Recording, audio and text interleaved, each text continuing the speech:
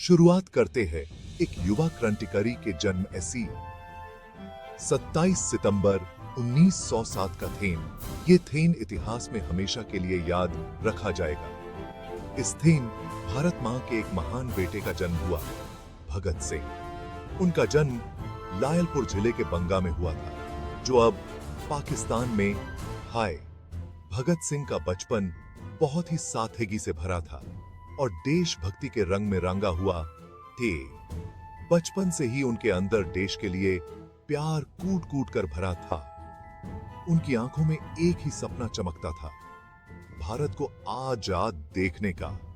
और यही सपना आगे चलकर उन्हें बड़े बड़े काम करने के लिए प्रेरित करता रहा। भगत सिंह कोई साधारण बच्चा नहीं थी। बचपन से ही वो बहुत तेज दिमाग वाले और बहादुर थी। भगत सिंह का परिवार देशभक्ति के लिए जाना जाता था।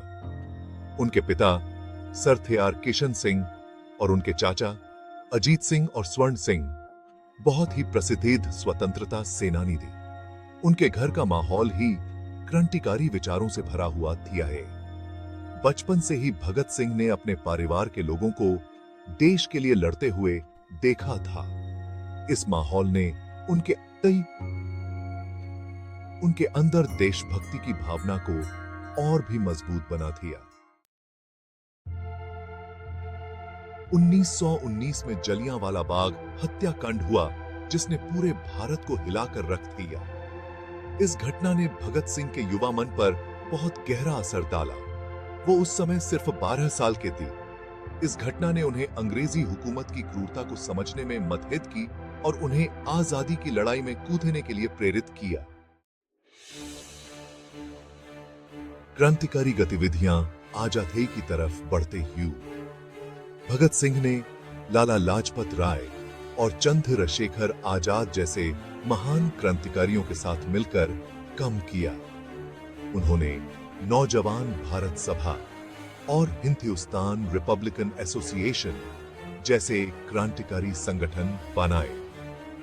1928 में उन्होंने ब्रिटिश पुलिस अधिकारी जॉन सॉन्डर्स को गोली मार थी, जो लाला लाजपत राय की मौत के लिए जिम्मेदार थी।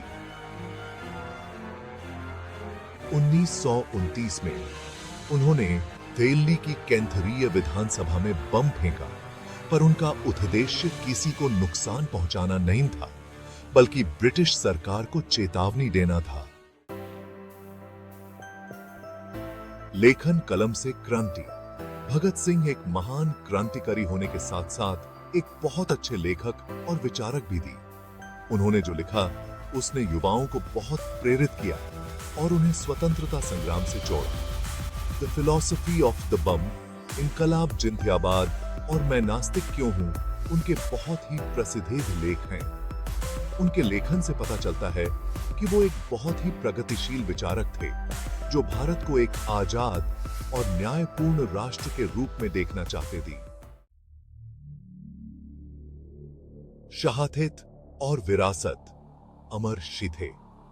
23 मार्च 1931 को भगत सिंह को उनके साथी क्रांतिकारियों राजगुरु और सुखदेव के साथ फांसी दे दी गई।